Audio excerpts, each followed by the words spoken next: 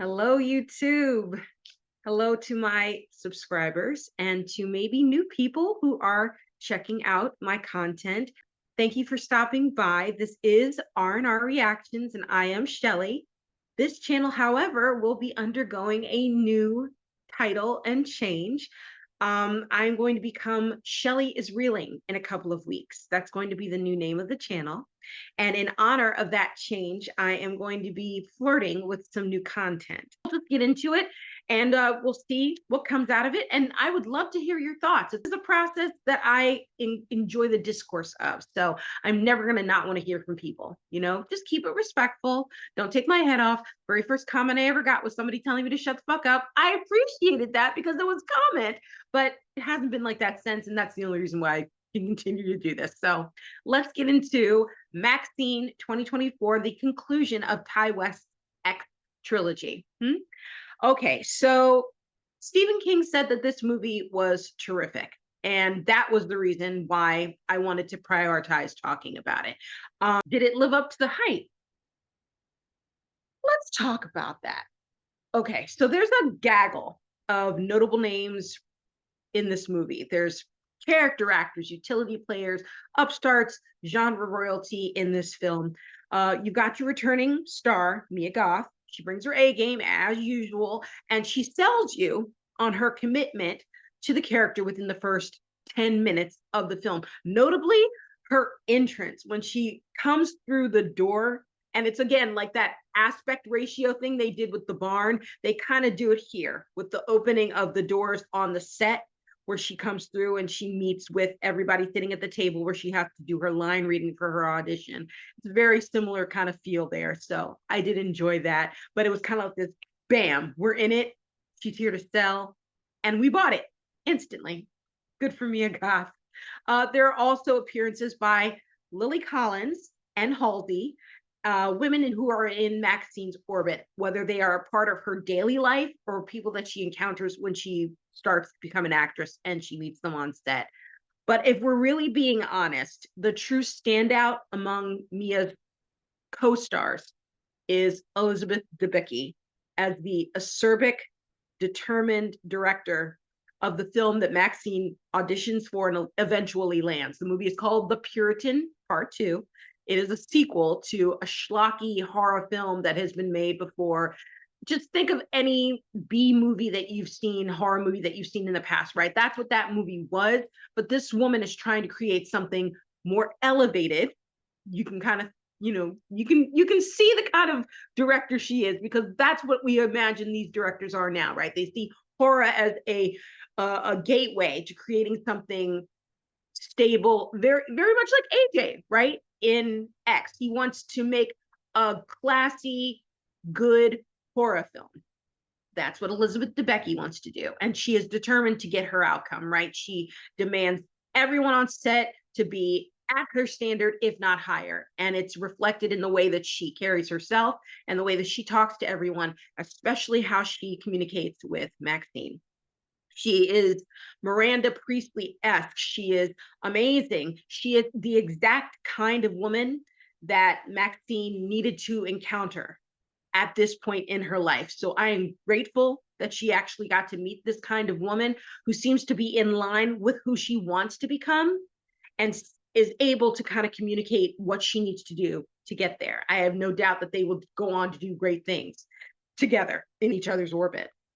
I'd also like to tip my hat, casting wise, to Kevin Bacon, who, as far as I'm concerned, is living his best life right now, just doing scenery in as many diverse projects as he can at this stage in his career and having a literal ball. I haven't had the occasion to see him have as much fun as he has had in this movie as he had in Wild Things back in, I think, 97.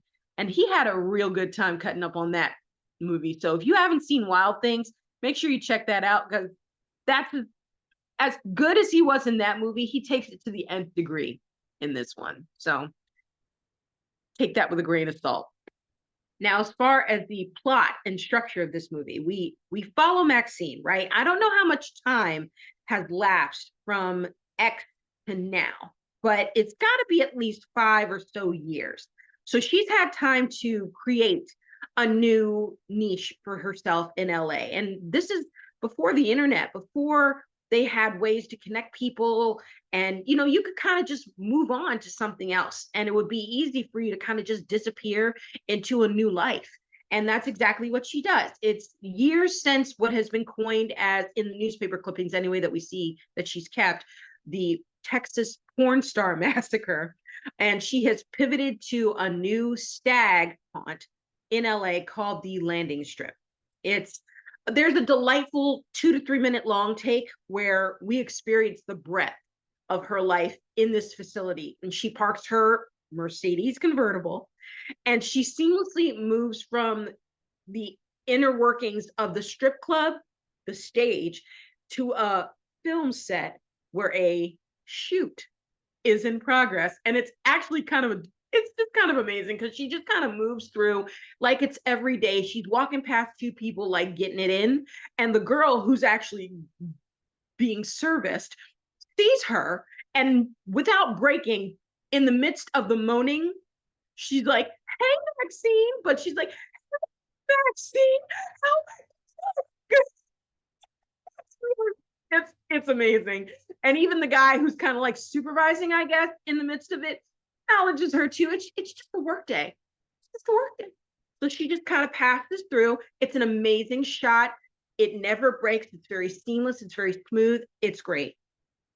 So she does her audition, and you can tell that she's kind of just getting into regular life. She goes backstage, she meets another girl who's obviously just come off the stage. She's wiping herself off. She's talking about going to a Hollywood party that night, and she asks Maxine if she wants to come. And Maxine immediately is just like, "No, I have to work." Maxine is hella focused on maintaining this dream that she set out for herself, right? We saw that she has this mantra about not living a life that she doesn't deserve. And she's obviously carried it through. She's decided that she's going to focus on the work, and working hard to get what she wants is what she has committed herself to. So she doesn't even allow herself to enjoy anything else if it's going to get in the way of her pursuing her dream. Work, even at this stag club, is work. And when she's outside of work, she's at her apartment reading lines, going through the script. More power to her. I really do appreciate her commitment and her work ethic. But she's also says something when she's on the set for the audition that I thought was interesting. She deems being an actress, like a legitimate actress on this set, as a step up from her life in porn. She doesn't see porn or adult film life as being like anything less of a job that people do, and that it's hard work. She doesn't look down on them, but she says that she knows that she's doing it and has a shelf life doing it. And she's very pragmatic. She's very self-sufficient, and it's admirable. She asserts control in most aspects of her life because of this mantra that she's had instilled in her since childhood, the one that she repeats, the one that her father has instilled in her.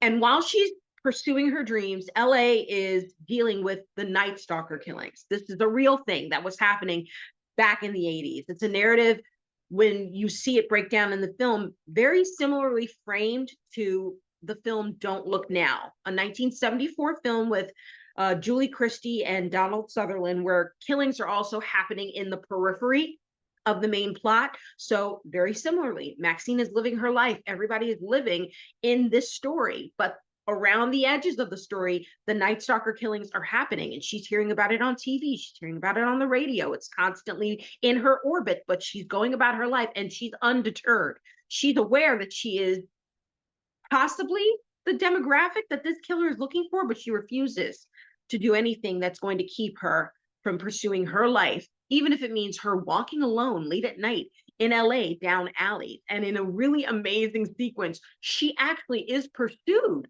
by some random who tries to corner her, and she handles it.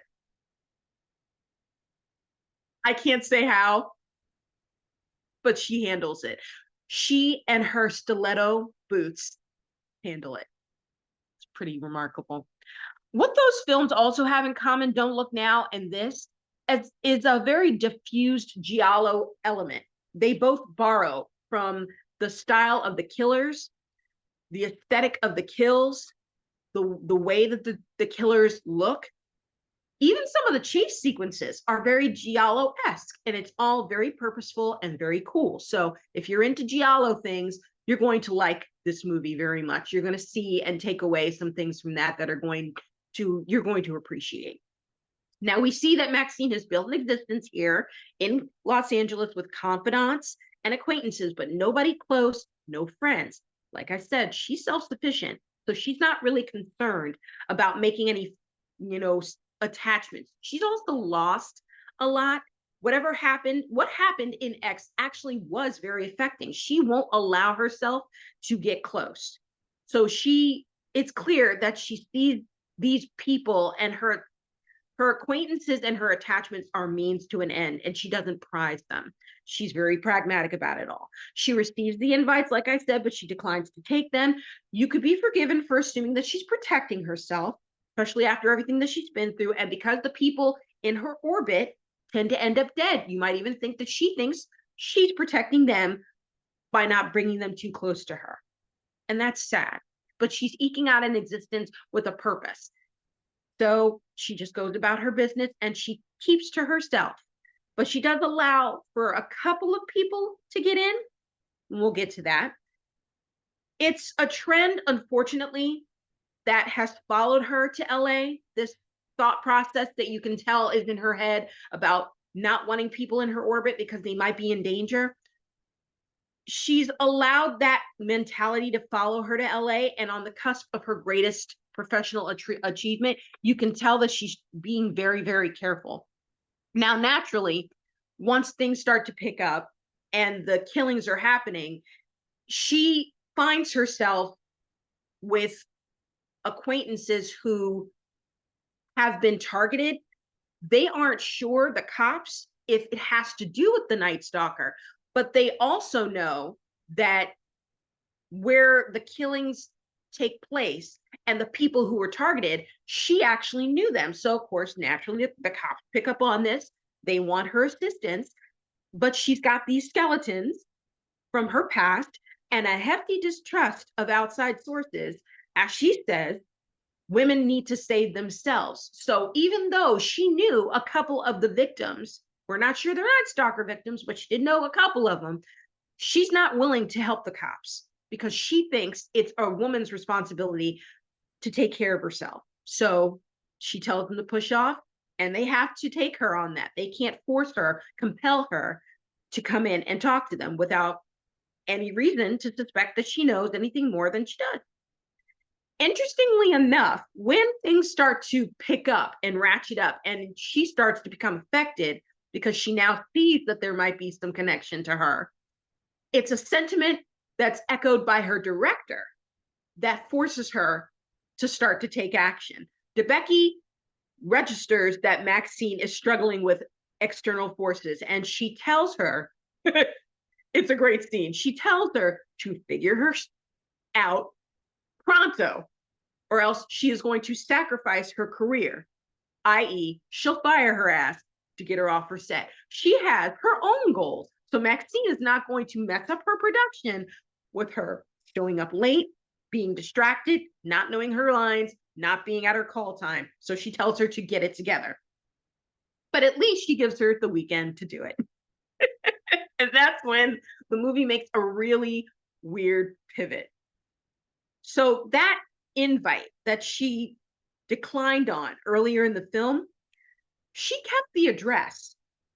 And she decided through flashbacks, she does the math that the victims that she knew all had invitations to that address to go.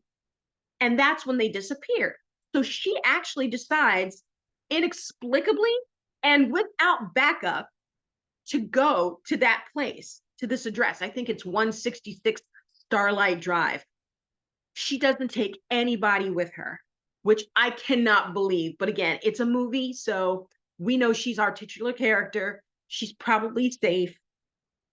So suspension of disbelief. she goes. Fortunately, the cops at this point have taken to following her. So even though she doesn't think she's got backup, she actually does. So up to the hill she goes in her killer black leather stiletto boots, pocketing her chrome 22 pistol. She's gonna go and regulate, I guess.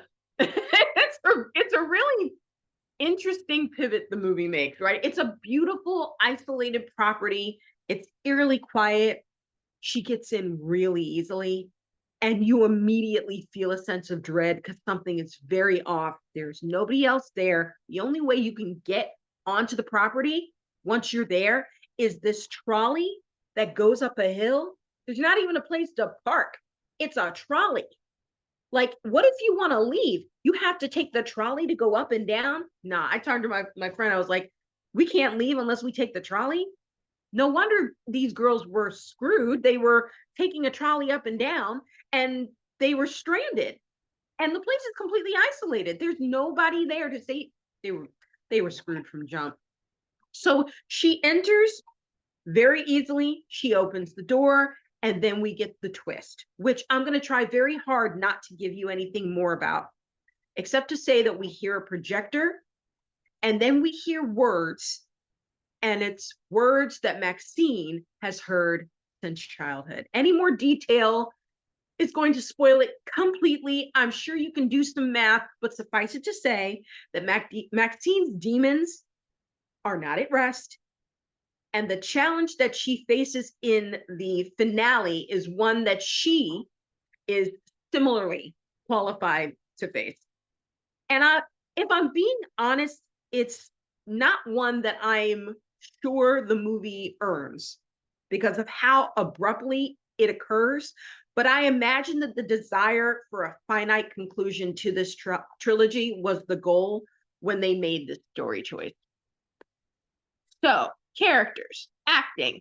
If I could highlight anything character-wise about this film, I'd say that I was sad Michelle Monaghan and Bobby Cannavale, who play the cops that are investigating these killings, that they didn't have more to do. They are extremely good actors, but I felt them like tearing at the meat of the bones,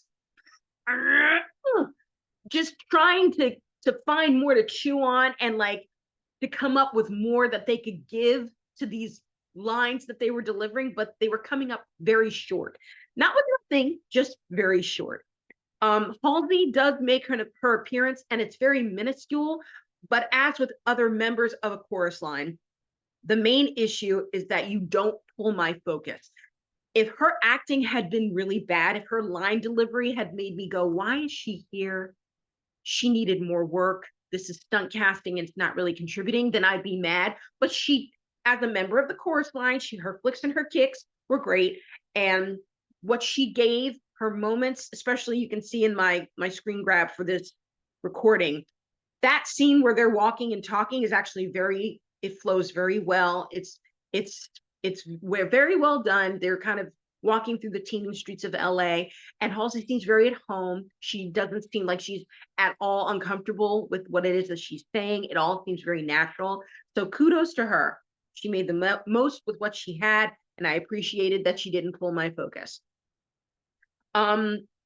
Previously, I mentioned that Kevin Bacon as a mainstay in the horror genre, he stands out by virtue of his commitment to this vicious, villainous tomfoolery.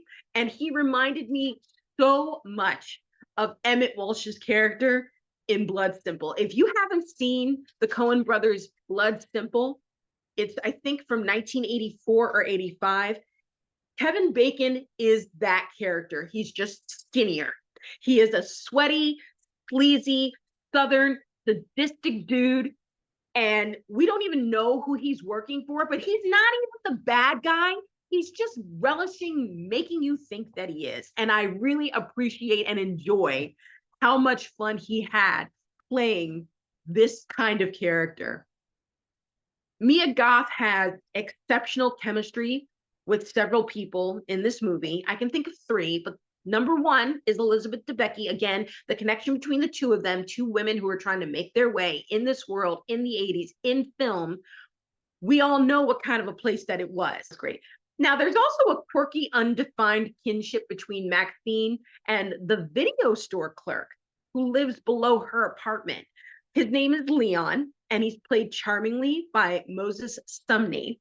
She's often, like I said, doesn't really want to make formal attachments. She's curt with him, and she barks requests at him. At one point, she receives a video, and she wants him to look at it for her. But she doesn't ask nicely. She says, look at this. And he does it. But you get the sense that that's not the first time that she's done that. And he does it because, as he said, he's the only one in her life not trying to sleep with her. He honestly seems to appreciate her and her desire to want to be a star. And she probably comes down there to talk to him about movies. You can sense that they have a kinship that is very real. He doesn't ask a lot of questions. And in exchange, she offers him a modicum of intimacy with no benefits. It's a very intriguing dynamic, and it never gets fleshed out.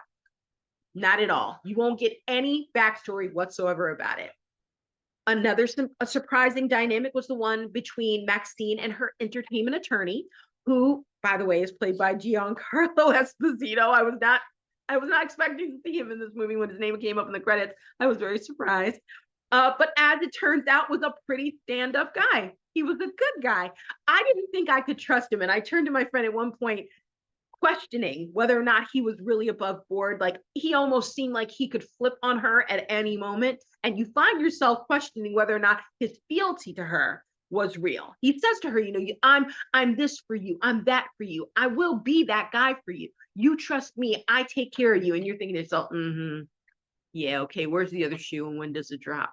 I expected that the entire way through the film, and I really was preparing myself to be disappointed. But in the end, which I will spoil, you learned he was a real one all along, and it was refreshing to see that Maxine won in that regard, and that when push came to shove, she had real allies. So that was a nice little takeaway for the film. Now, visually, this film is stunning.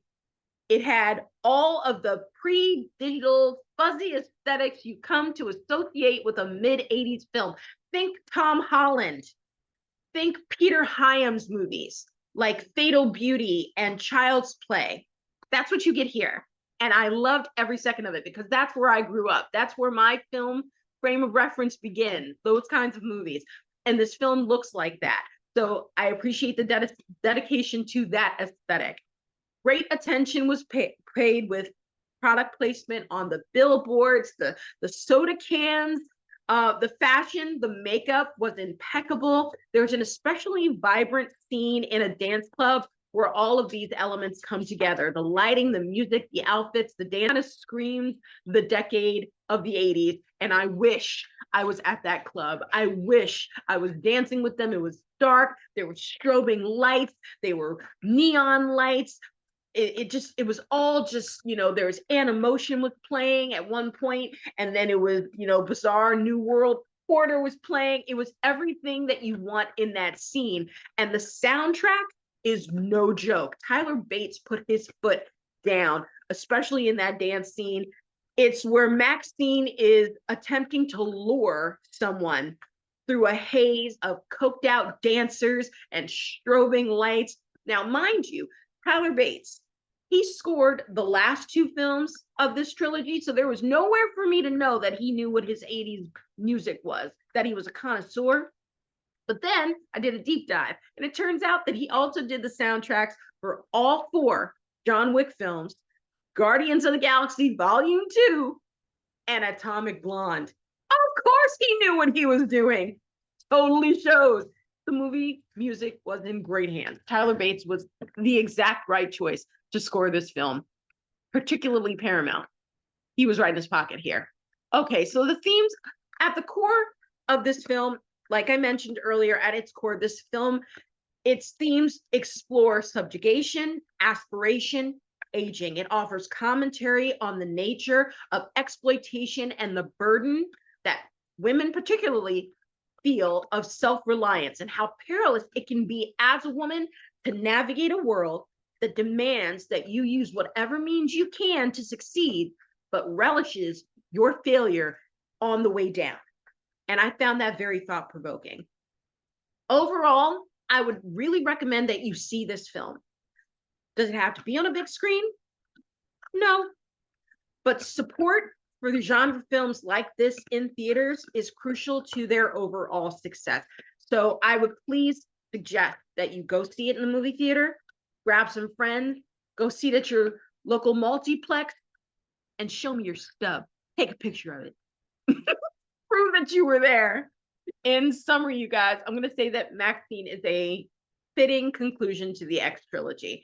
It's a fun, engaging film. It's got really savory, solid performances by all the people involved. I don't think there's anybody on the call sheet below the 12th person that doesn't have a cue or that hasn't been like in a bunch of movies. Like everybody in the movie has done a really, really good job and has a resume. Okay, so Ty West got himself a real roster to work with for this movie, and I'm really, really happy for him about that. But there are some really unique, gory visuals. This is not an overly gory movie. It's not, but the gore that you get is pretty solid, and it's a pretty breezy runtime too. I think it's just under 2 hours. I would definitely say the film is worth a watch whenever you get to it. I hope you will make space for it in your filmic frame of reference because it deserves to be there. I want to thank you very, very much for watching this content today. You have a lot of options to choose from on YouTube, so I appreciate you taking time out of your day to spend time on mine. I hope that you found this illuminating. I need to work on it. I know this is just a dry run for something that I'm trying to do, but I hope you found it at the least bit enjoyable and informative. But until next time, I hope that you take care of yourself. I hope you have the best day, the best weekend, the best week whenever you're watching this. And as always, be the reason that somebody smiles today. Take care.